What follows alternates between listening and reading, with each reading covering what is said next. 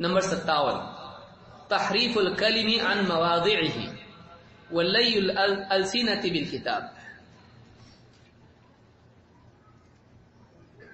کلمات کو ان کی اصل جگہ سے بدل دینا اور کتاب پڑھتے وقت زبان کو مروڑ کے پڑھنا، ایسے طور پر پڑھنا کہ سمجھنے والا کچھ کا کچھ سمجھ لے، اور کلمات کو بدل دینا چاہے کلام میں ہو یا کتاب میں ہو، ادھر کی بات ادھر، ادھر کی بات ادھر، اس کو اس سے جوڑ دینا، اس کو اس سے جوڑ دینا، چاہے متن کی حیثیت سے ہو یا شرح کی حیثیت سے ہو۔ یہ کیا ہے؟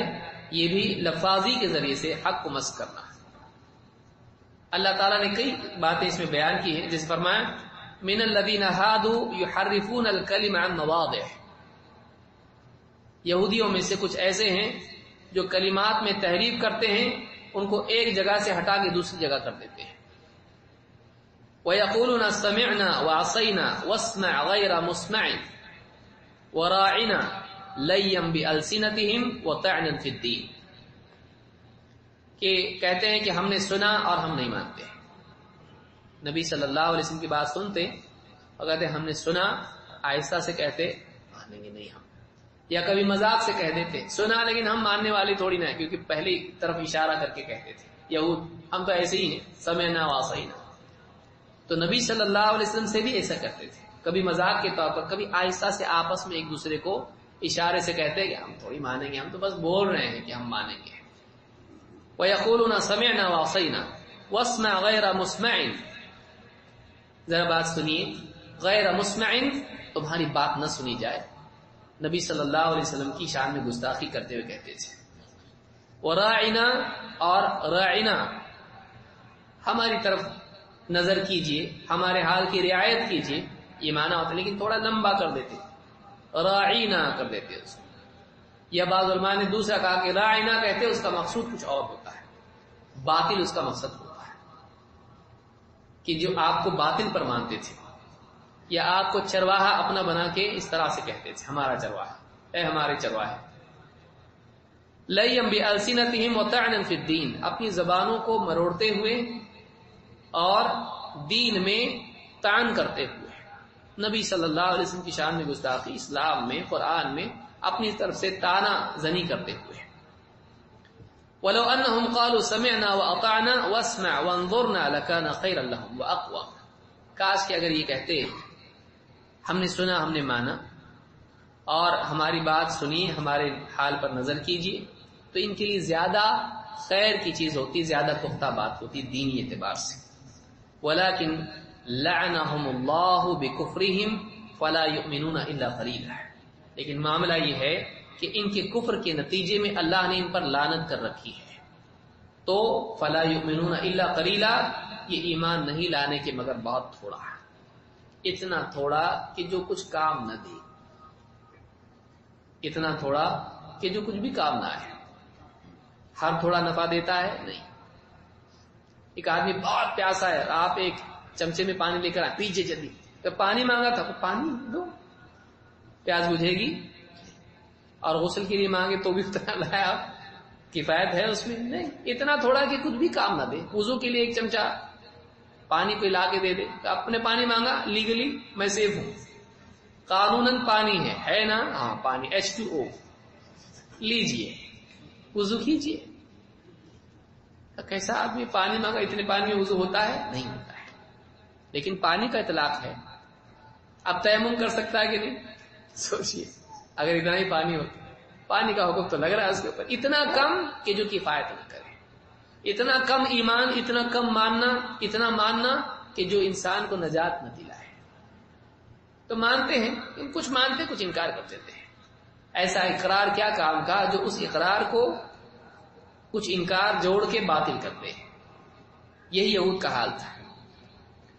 اسی طرح سے اللہ کی کتاب بھی جب پڑھتے تھے، لوگوں میں بیان کرتے، کچھ چیزیں ڈراپ کر جاتے تھے، کچھ چیزوں کو تشریحی کلمات اپنی طرف سے کتاب ہی میں شامل کر دیے تھے۔ اسی لیے آج بھی پریشان ہیں جتنے لوگ، وہ جتنے مینuscripts ہیں بائبل کے، مخطوطات جس کو کہتے ہیں، پرانے نسخے سب جمع کر کے وہ تحقیق کرنے جب بیٹھے ہیں تو کہہ رہے ہیں کہ آپس میں جوڑ ہی نہیں ہے، یہ اس سے الگ، وہ اس سے الگ، تو فائنل کون سا ہے؟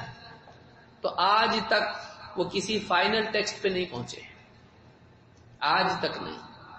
اتنے نسخے ہیں تورات اور انجیل کے کہ ہر نسخہ دوسرے سے قدرے مختلف ہے، نتیجے پہ پہنچنا مشکل ہے ان کے لیے۔ کیوں؟ اپنی طرف سے ہر ایک نے اس میں تشریح اپنی چڑھا دی، متن کو اور اپنی تشریح کو اس میں کیا کر دیا، ملا دیا۔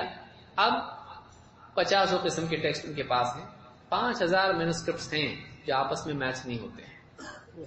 غور کریں، تو اب تک وہ فائنل کنکلوژن پہ ٹیکسٹ پہ نہیں پہنچے، تو ابھی تک وہ کام کر رہے ہیں، کرتے رہے، اب تک کے نتیجے پہ نہیں پہنچے۔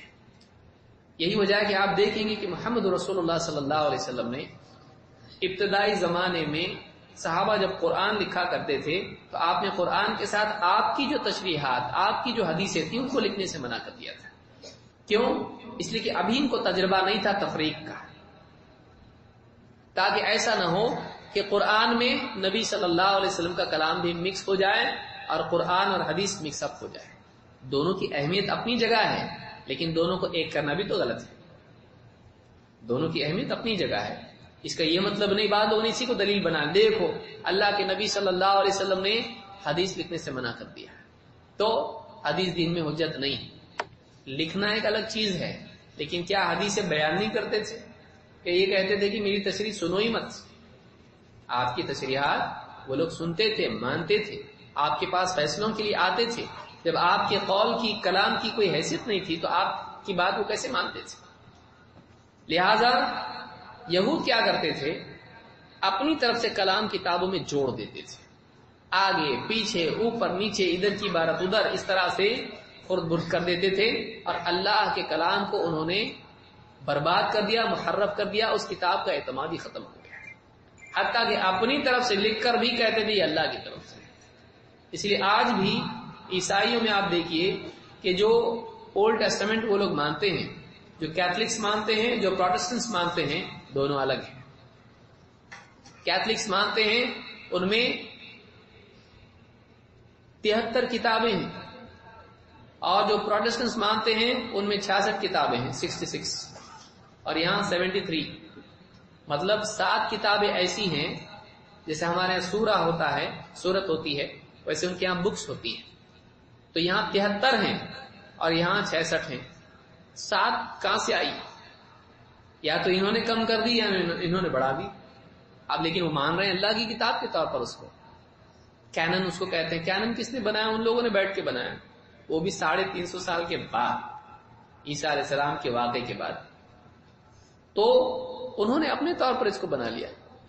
تو اپنے طور پر کتابیں لکھ دینا اور اس کو اللہ کی کتاب قرار دینا، کتاب میں تحریف کسی نہ کسی مقصد سے، چاہے وہ دنیا کا مقصد ہو یا لوگوں کو سمجھانے کا مقصد ہو، اپنے کلام کو اللہ کے کلام میں ملا دیا، اور لوگوں کے سامنے بھی جب پڑھ کے سناتے تھے زبان توڑ مروڑ کے، اپنی طرف سے کم زیادہ کر کے ان کو بیوقوف بناتے تھے۔ یہ یہود کا طریقہ تھا۔ تو یہ گمراہی ہے، لفاظی کے ذریعے سے اللہ کی وحی کو مسخ کرنا، اللہ کے حق کو، اللہ کی طرف سے آئے ہوئے علم کو بگاڑنا۔ یہ بھی ایک بگاڑ اور گمراہی تھی جو اہل کتاب میں تھی۔ بعض لوگوں نے حدیثیں گھڑ کے نبی صلی اللہ علیہ وسلم کی طرف نسبت دے دی، بعض لوگوں نے حدیثوں میں اپنی طرف سے اضافے کر دیے، بعض لوگوں نے اس میں سے کچھ کٹ کر دیا وہ جو ان کے خلاف جاتا ہے۔ یہ ساری خرافات ہیں جو بہت سارے لوگوں نے کی، اس سے پہلے بھی اس کو بیان کیا جا چکا ہے۔ قبیلوں کی مخالفت کی بنیاد پر، قوموں کی مخالفت کی بنیاد پر، سیاسی جھگڑوں کی وجہ سے، طب کی وجہ سے، لوگوں کو اپنی طرف اٹریکٹ کرنے کے لیے قصے کہانیوں کے نام پر، یا بادشاہوں کو خوش کرنے کے لیے، یا اسی طرح سے لوگوں کو عبادت پر لگانے کے لیے فضائل کی حدیثیں گھڑی گئی۔ اچھی بری نیت، دوستی دشمنی، نیک بد نیت کی بنیاد پر لوگوں نے اپنی طرف سے دین میں اضافے کیے ہیں۔ قرآن میں نہیں کر پائے، اس لیے کہ قرآن جو کا تو محفوظ اللہ تعالی نے رکھا، اور صحابہ ہی سے اس کا حفظ کرنا اور بالکل ہر چیز کو لفظاً لفظاً بیان کرنا رہا۔ لیکن حدیثیں چونکہ بالمعنی بھی ذکر ہوتی تھی، اور حدیثیں اتنی زیادہ تھی، بعض صحابہ رہتے تھے، بعض صحابہ چلے جاتے تھے، ایک کے بعد ایک نسل آئی، بعد والوں نے بہت سارے اضافے اس میں اپنی طرف سے کر دیے۔ لیکن اللہ تعالیٰ نے اس کی بھی حفاظت کا ذمہ لیا اور اللہ نے محدثین کے ذریعے سے حدیث کے بارے میں صحیح اور غلط کا بہترین پیمانہ ہم کو دیا ہے. ان جاءکم فاسق بنبأ فتبینوا، اگر فاسق تمہارے پاس خبر لے کر آئے تحقیق کرو. عام خبریں تو نبی کی تو زیادہ کرنا پڑے گا.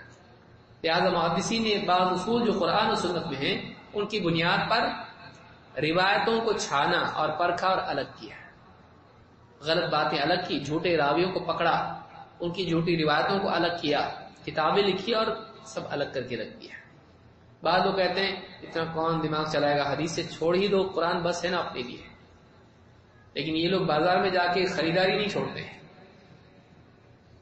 وہ لوگ مانتے ملاوٹ ہو رہی ہے دواؤں میں، اناج میں اور بہت ساری چیزوں میں، سونے میں گولڈ، اس میں ملاوٹ ہو رہی ہے، مانتے ہیں، خریدنا نہیں چھوڑتے. کوئی آدمی یہ نہیں کہتا بھائی چیزوں میں ملاوٹ ہو رہی اس لیے بازار میں جاؤ ہی مت، بلکہ جاتا ہے اور زیادہ جاتا ہے. لیکن کیا کرتا ہے، برابر دیکھتا ہے اور چیک کر کے لیتا ہے. وہاں وہ نہیں کرتا کہ سرے سے چھوڑ دے، کھانا پینا ہی چھوڑ دیا میں نے، کیوں؟ بہت ملاوٹ ہے. مر جائے گا بھائی. کپڑے پہننا ہی چھوڑ دیا، کیسے؟ ملاوٹ. تو آدمی ایسا کرتا ہے؟ نہیں. آدمی چنتا ہے صحیح کو، غلط کو چھوڑتا ہے. لیکن دین کا جہاں معاملہ آ جائے عجیب اپنی طرف سے قاعدہ نکالتا ہے، دین میں بہت ملاوٹ ہے اس لیے حدیثوں کو چھوڑ دیا میں نے، اب وہ ٹینشن ہی نہیں صحیح ضعیف کا، اب صرف قرآن صحیح صرف قرآن پڑھتا ہوں، اس میں صحیح ضعیف کا جھگڑا ہی نہیں. یہ گمراہی ہے. کیوں؟ اس لیے کہ قرآن نے کہا، اللہ تعالیٰ نے قرآن میں فرمایا قل اطیعوا اللہ والرسول فإن تولوا فإن اللہ لا يحب الكافرین. اے نبی آپ کہیے اللہ کی فرما برداری کرو، رسول کی فرما برداری کرو. اگر یہ پیٹ پھیر کے نکل جاتے ہیں تو اللہ کافروں کو پسند نہیں کرتا ہے. علی الاطلاق جو آدمی حدیثوں کا انکار کرتے ہیں کافر، اسلام سے خارج ہے. تو ملاوٹ اپنی جگہ ہے کی گئی، لیکن اس کی وجہ سے سرے سے حدیثوں کا انکار کر دینا یہ بے وقوفی ہے، یہ جہالت ہے، یہ بے دینی اور کفر ہے.